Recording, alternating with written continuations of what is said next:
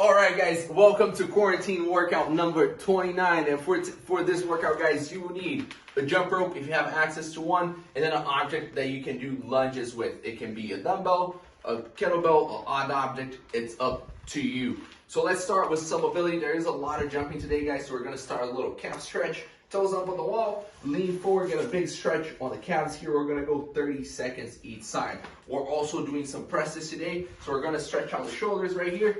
Find a wall, arms are gonna be shoulder level. You're gonna take a step back, lean forward, open up that overhead position, get that nice big stretch on the shoulders while you're actively pushing that wall away. 30 seconds also on this one. And then let's start with our warm-up post mobility. It's gonna be 2 sets, guys, 30 seconds of each movement. Single unders if you have access to the rope. If you don't, just go hops in place. Reverse Samson lunges, and then down dog to up dog. Once you go through that twice, we're gonna go into a 1 set of shoulder taps or a handstand hold, and then jumping lunges. So to demo the movements here for you guys really quick, the hops in place for single unders right here. Stay light on your toes, get that stretch in the calf. Shoulders are nice and loose.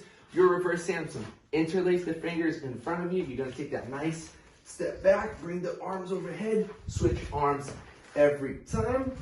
And then your down dog to up dog. Down dog position right here. Push the head through, a little bit of shoulder paddles, and then drop the hips. Look up, you get a stretch. Actively pushing the floor away, guys, get a stretch on your core. You're gonna go back and forth through all these movements twice. After those 3 movements, we gotta go into our second part. 1 set of shoulder taps. Here, keeping the core nice and tight. Just the arms are moving. Try to not rotate the hips here, or that handstand hold against a wall. Keeping that body tight, pushing the head through. Everything is squeezed over here. Toes are pointed. And then the reverse lunges. Jumping in place, switching the stance as you go. You can also sub for reverse lunges if there's any jumping limitations. That's it for our warm-up, guys. For your workout, it's gonna be at every minute on the minute for 24 minutes, alternating between 3 stations.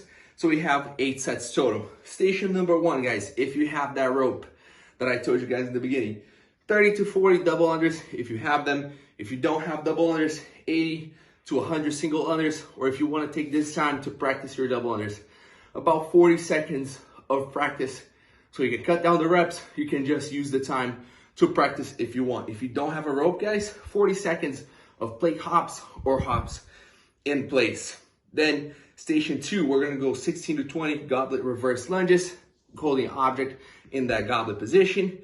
And then station 3, we have 3 options. 5 to 8 strict handstand push-ups, 4 to 6 single arm seated dumbbell press each side. So on that L sit position, pressing that dumbbell overhead, or 6 to 12 pike push-ups. So for our movements, guys, let's demo right here.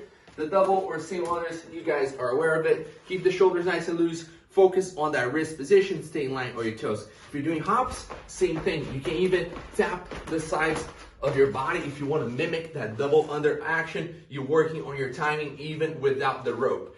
Station number 2 on our reverse lunges, I have that dumbbell right here. Keep your eyes on the horizon, shoulder or about shoulder width. Take a step back, bend the knee, press that heel down, switching legs every time. You may also use an odd object.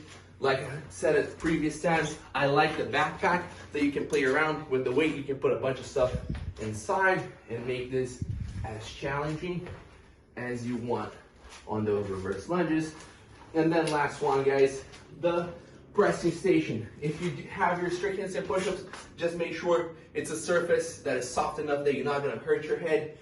Be aware of your positioning right here. Use that lead leg to break your fall. Head touches the floor, press away, head through at the top, keeping the core nice and tight. If you're doing our option number 2, our single arm dumbbell seated press right here, the elbow is gonna be in front of your body, palms are facing each other, core is nice and tight. You keep your back nice and flat, press overhead right here. As soon as the dumbbell touches your shoulders, you're gonna press it again. 4 to 6 reps on each side. And then for those Pike push-ups, guys, 6 to 12 reps. Right here, hips are up, same positioning as a handstand push-up. You're working throughout the full range of motion. You can elevate your legs also. Just make sure when you elevate your legs, it's a nice and stable surface that is not gonna slide down from under you. Great workout, guys. You can make as challenging as you want. You can make more of an endurance day.